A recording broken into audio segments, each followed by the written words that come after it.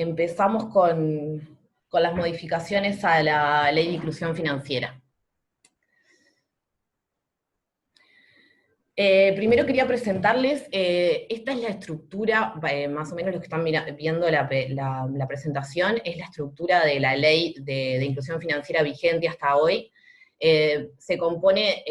de primero un conjunto de artículos que reúne disposiciones generales sobre los medios de pago electrónicos. Después hay un par de artículos que referían al pago de remuneraciones y honorarios profesionales, que como recordamos era obligatorio hasta el momento que se paguen por instituciones financieras o medios de instrumentos de dinero electrónico. Esos artículos son los que se modifican, habilitando el pago en efectivo por previo acuerdo de las partes. Después hay artículos que refieren al resto de los beneficios de otros pagos y también a la reglamentación sobre estos instrumentos como la gratuidad y las condiciones básicas mínimas. Después hay otro conjunto de artículos que refieren a los pagos regulados, que son de montos elevados, compra de inmuebles, proveedores del Estado, etcétera, que también son el conjunto de artículos que la mayoría son derogados y sustituidos por otros.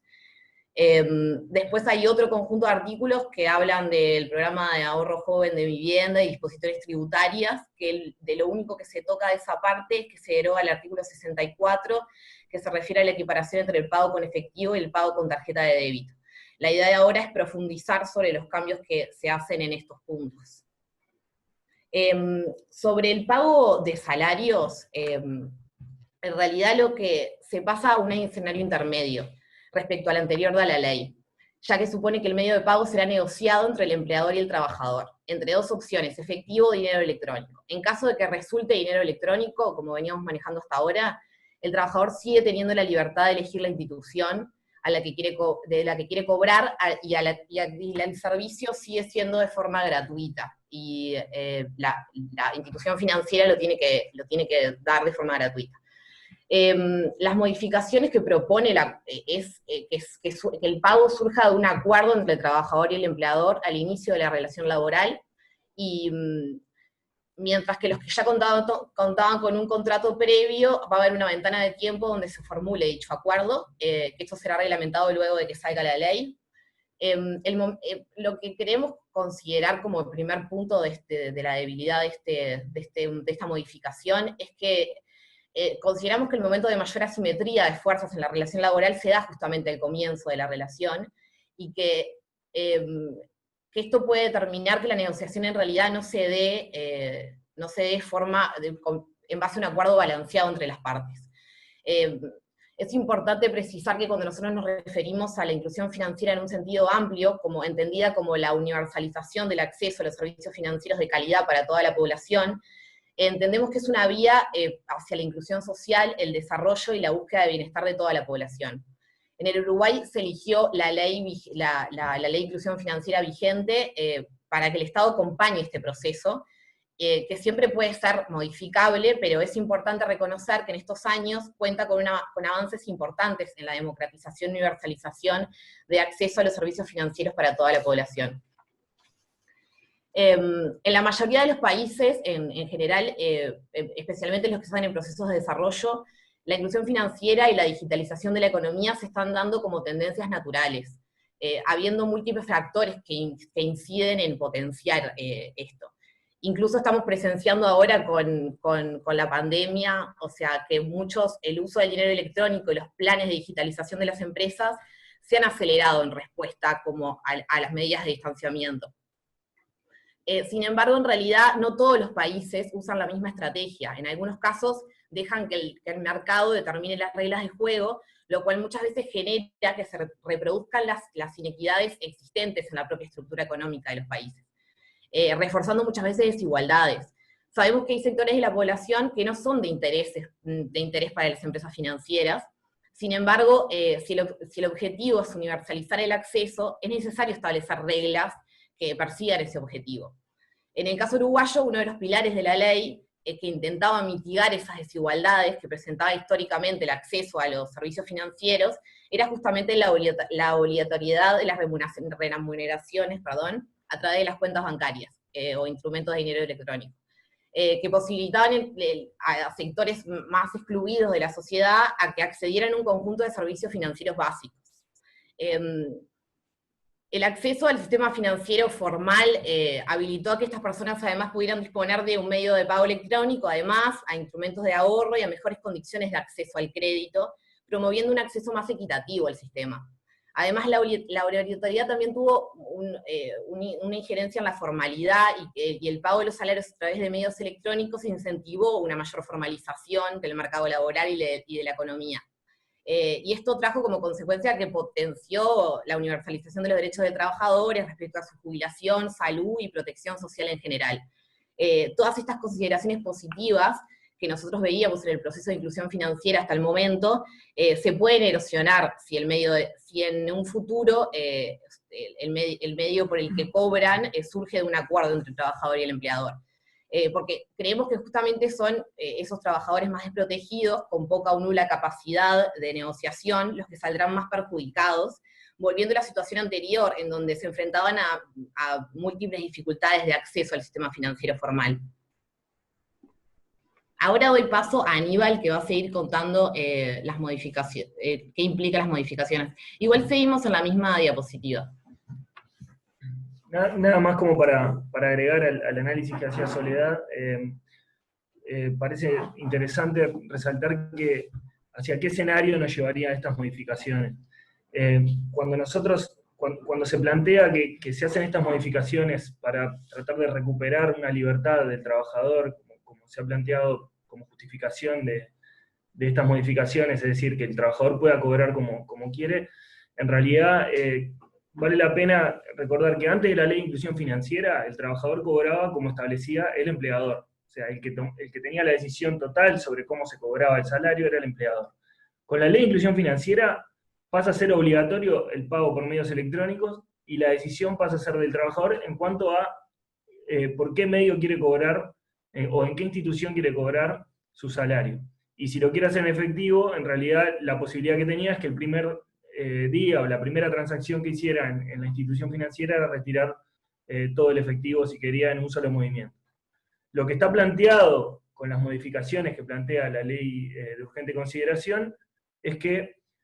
nuevamente pase a ser una decisión del empleador. Esto en los hechos. En realidad se supone que esto surgiría de un acuerdo. Apoyándome en lo que decía Soledad, bueno, si el acuerdo se da en una relación de fuerzas tan asimétrica, o sea, ningún trabajador en su primer día de trabajo tiene muchas condiciones para imponerle al empleador, entonces nuevamente se vuelve un escenario como el anterior a la ley de inclusión financiera, en la que el empleador tiene el poder de decidir cómo le quiere pagar a sus trabajadores. En ese caso, ahí era un poco para tener en cuenta cómo pasamos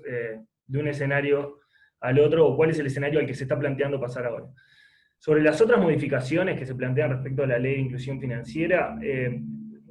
los honorarios profesionales también estaban obligados a ser pagos a través de medios electrónicos. Ahora se habilita que se puedan hacer en efectivo por hasta un valor de 1 millón de UI, que es aproximadamente $100.000. También se habilita que los proveedores del Estado puedan elegir si desean, por qué medio desean cobrar, pudiendo elegir en efectivo. Y entonces, bueno, sobre estas dos cosas, en realidad, nada más señalar que en el caso de los honorarios, y también en el caso de los proveedores, al dar la posibilidad de que se hagan estas transferencias en efectivo, bueno, se pierde un montón de transparencia, y en el caso de los honorarios, sin duda implica un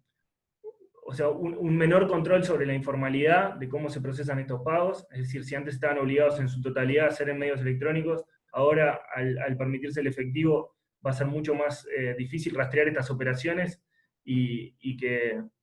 no se estaría persiguiendo tanto el objetivo de formalidad como con la ley en su estado como se encuentra ahora. Y después en el caso de los pagos de proveedores en efectivo, también es una medida muy cuestionada porque en realidad se parte de una situación en la que el Estado ya modernizó todos sus sistemas de pago y no hay método más transparente para pagarle a los proveedores del Estado, que son pagos que en realidad hacen todos los contribuyentes, que a través de medios electrónicos, por los cuales se puede rastrear el pago, ver el monto, llevar un registro muchísimo más transparente en la contabilidad, y ahora se vuelve como para atrás en un proceso de modernización que se podía, que se había llevado adelante fuertemente en el sector público. Si quieren pasamos a la siguiente diapositiva. Bueno, y ahí tenemos otros dos puntos que también son importantes. Uno es que se empiezan a habilitar, se suben los montos permitidos para hacer transacciones en efectivo. Cabe señalar que la ley había establecido un límite de 40.000 UI para las operaciones en efectivo. No se podía pagar montos mayores a más o menos unos $4.500, o en otras operaciones de inmuebles mayores a 18.500. Ahora se permite que se puedan pagar hasta $100.000 en efectivo,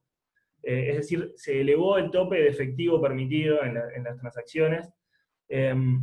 Y bueno, y como siguiente medida, es que se habilitan algunos controles que se tenían para las operaciones por montos elevados también. Se habilitaron algunas flexibilizaciones en los controles, es decir, algunos sujetos que estaban obligados a realizar controles más intensos sobre las operaciones, ahora pueden establecer lo que se llaman controles de la debida diligencia simplificada. Eso significa en realidad que cuando se cumplen ciertas condiciones, es decir, si el dinero pasa por instituciones de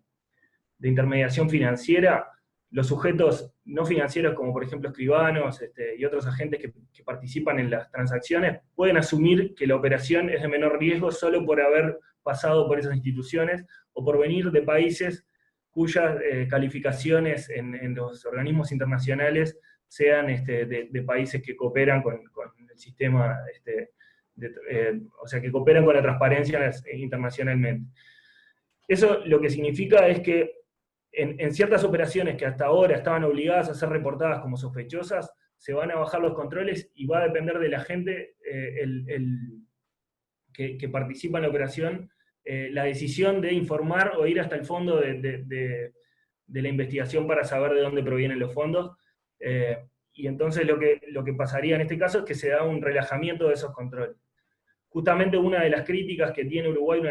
Uruguay tiene un sistema que está bastante bien valorado en cuanto a la transparencia en este tipo de cuestiones de lavado de activos, y una de las pocas críticas que tiene es que el reporte de operaciones sospechosas es muy bajo. Deberían haber más avisos de operaciones que hay que investigar. Con esto lo que se supone, lo que suponen los expertos que estudian en esta materia, nosotros nos informamos al respecto, en realidad lo que pasa es que se supone que va a haber menos controles, entonces en uno de los aspectos en los que teníamos una debilidad, esta debilidad se puede acrecentar. Por otro lado, uno de los artículos que se deroga son las sanciones previstas para este tipo de operaciones. Es decir, una persona que haga una operación por más de $100.000 y la paga en efectivo, en la ley de inclusión financiera, esto estaba penalizado si uno superaba el tope de efectivo. Ahora las sanciones están derogadas, entonces en los hechos tampoco es claro qué va a pasar con una persona que rompe con esta regla de los $100.000. Al mismo tiempo también hay otros mecanismos que con este esquema no aseguran que se pueda hacer una buena trazabilidad de los fondos. Es decir, en base a este monto de $100.000 se facilitan algunos mecanismos para el lavado de activos, como por ejemplo reportar el origen de los fondos en distintas instituciones con una misma documentación, por ejemplo. Entonces, bueno, en realidad sobre estos dos puntos, lo que vemos es que se aumenta se aumenta el monto permitido para hacer transacciones en efectivo al mismo tiempo que se flexibilizan los controles. Cuando en realidad lo esperable es que si uno flexibiliza el monto, bueno, los controles sean más fuertes, o si en realidad si se flexibilizan los controles, se baje el monto para que justamente no permitir la entrada de muchas de estas operaciones. En este caso se da una flexibilización de las dos cosas al mismo tiempo, lo cual o sea, en términos de transparencia, implica un retroceso del sistema tal como lo tenemos ahora, que habrá que ver en qué magnitud se da, pero sin duda, y en realidad en base a los análisis que han hecho los expertos en esta materia, incluso el anterior secretario de la Secretaría Antilavado no hay duda de que esto representa una flexibilización en cuanto a este punto. Por otro lado, sobre todos estos puntos que estuvimos hablando, en general lo que se observa es una tendencia como a dejar de promocionar el dinero electrónico como un mecanismo favorable, es decir, se empieza a promocionar nuevamente una vuelta al efectivo o a facilitar la vuelta a las transacciones del efectivo, lo cual implica, bueno, el efectivo es una forma de transacciones que es mucho más difícil de rastrear, bueno, facilita un montón de operaciones informales, es menos transparente, es menos moderna, y con menos moderna me refiero a que en realidad los costos que tiene asociados económicos son mayores que los del dinero electrónico. Justamente hay estudios recientes que hablan de que el dinero en efectivo y los cheques en Uruguay, solo los costos de transacción, o sea, los costos asociados a la transacción nada más, si se suman, darían alrededor de 0,67 o 0,7% del PBI, que eso es algo un poco menos de unos 400 millones de dólares. Es un monto que es bastante grande, es decir, si pasáramos todas las transacciones en efectivo y en cheques a electrónico, ahorraríamos esos 400 millones. Si tenemos en cuenta que ese es el monto que estima el gobierno que tiene el costo de la crisis que estamos atravesando, es un monto interesante, ¿no? Así que bueno, por un lado eso, la pérdida de transparencia y ir en contra de la modernización y de la tendencia internacional al uso de medios electrónicos, y bueno, y por otro lado, también los aspectos de inclusión financiera que bueno, se empieza nuevamente a dejar fuera del sistema financiero y de los servicios de mejor calidad posible a una parte de la población que no es de interés para las instituciones financieras, si no hay una política que refuerce esto. No sé si tenés alguna cosa para agregar. No, creo que no. Bien, podemos pasar a la siguiente. A la siguiente tema. Sí, antes de, creo que Joaquín, no sé si Joaquín iba a hablar de la ley, ahora me dicen cualquier cosa. Sí, iba a hablar Joaquín. Ya vamos, Joaquín. Recordarles que estamos saliendo en vivo por YouTube, ya hay gente que nos está escribiendo, le mandamos un saludo a los que están escuchando y nos pueden hacer llegar las preguntas que crean pertinentes. Y también estamos en vivo por la radio Camacuá y nos pueden encontrar por el portal de AEU. Voy sacando algunas cosas, algunos apuntes interesantes que quizás para el final, para la conclusión lo podemos retomar, pero lo que decía Gabriela sobre los problemas de forma que tiene este mecanismo, esta ley concreta que fue enviada por el Ejecutivo, el tema de que la urgencia tiene que ser fáctica, no puede ser constituida, me parece un buen punto para tenerlo en cuenta. Y bueno, y esto que ya adelantaban problemas de contenido, ¿no? En este caso sobre la ley de inclusión financiera, que es modificada por la ley de urgente consideración, lo que nos adelantaba Soledad y Aníbal sobre algunos aspectos básicos de la ley que se estarían cambiando por la ley de urgente consideración, por ejemplo, el acuerdo para acordar los salarios, la simetría de poder que existe entre el empleador y el empleado, y la cuestión esta de los controles de operaciones en montos elevados, que como bien decía Aníbal, se suben los montos y además los controles se flexibilizan. Cuestiones que pueden tener algún problema con la transparencia y a la lucha contra el lavado de activos. Joaquín, no sé si querés seguir por el tema de la ley de inclusión financiera, te escuchamos. Sí, a mí únicamente me gustaría hacer unas breves consideraciones sobre uno de los puntos que tocaron muy bien Soledad y Aníbal, que es el de atiende a estos acuerdos que van a determinar, digamos, la modalidad de pago de las relaciones laborales y que reposan sobre la ficción de la igualdad de partes, porque en definitiva es así, desconociendo totalmente que el mercado de trabajo es un mercado de posiciones desiguales justamente, en donde, como lo decían los compañeros, existe una asimetría de efecto económico que determina que el empleador tiene un amplio margen de negociación, de resistencia a los efectos de poder negociar salario y demás condiciones de trabajo, como lo es, por ejemplo, la modalidad de pago, y del otro lado la posición del trabajador necesitado por su salario digamos, y afectado y apremiado por la histórica balanza desfavorable que el excedente de la fuerza de trabajo. Entonces, y eso no es únicamente así, o sea, el propio contrato de trabajo, la especialidad que tiene, que justamente va a vincular a personas en una relación de subordinación y dependencia. Entonces, es una ficción que es imposible trasladar a la realidad, esto de creer que son dos partes iguales. Justamente los instrumentos legales, teóricamente, bueno, justamente el derecho laboral, la razón de ser del derecho laboral, tiene como finalidad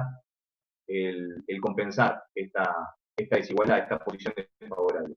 Que la ley de inclusión financiera materializa en la prohibición expresa de utilizar el efectivo. Justamente esa es la forma que tiene la ley de materializar esa protección, que el anteproyecto de la ley de urgente consideración no solo que lo quita, sino que además este acuerdo que se va a generar entre, o que digamos que determinará la modalidad de pago, supuestamente de forma libre entre empleador y trabajador, dice desde el inicio. Y esa inclusión en la redacción es importante porque justamente deja en claro que es, en definitiva, el empleador quien definirá la modalidad de pago, porque le bastará con simplemente no contratar a aquellas personas que no estén de acuerdo con la modalidad de pago por él elegida. Simplemente dice el inicio, que eso me parece que es importante, si la redacción queda así, me parece que queda claro que es lo que busca. Y bueno, y por otro lado, también habrá que estar a la reglamentación. Si la ley sale y la redacción queda así, habrá que estar a la posible reglamentación que tenga, en el caso cómo se van a vializar estos acuerdos, cómo se van a materializar, si se van a hacer, por ejemplo, en el Ministerio de Trabajo, si el Estado va a tener una participación y el alcance de esa participación. Eso me parece que también es un tema importante, por si la redacción de la ley en definitiva queda así, me parece que es donde tenemos un margen de acción en donde se podrá de repente incidir y tratar de dotar de las mayores garantías al trabajador, como por lo menos tender bueno, a garantizar esa expresión de voluntad del trabajador. Y por último, sí me interesó algo que dijo Aníbal, que tenía que ver con la informalidad y con eso que se estaba buscando. Me gustaría agregar que también existe una inconveniencia para el empleador con respecto a esto del efectivo. Es decir, la inclusión financiera tenía la ventaja también para el empleador de dotarlo de un mecanismo y de una herramienta que asiente del cumplimiento de sus obligaciones. Ahora se vuelve la situación que había anteriormente, de que uno, al pagar por efectivo, digamos, asume los riesgos de que después los trabajadores puedan repetir, puedan reclamar lo ya pagado. Entonces, es decir, carga sobre el empleador el deber de instrumentar mecanismos para acreditar la cancelación de sus obligaciones con respecto a los trabajadores. O sea que también desde ese punto de vista resulta totalmente inconveniente.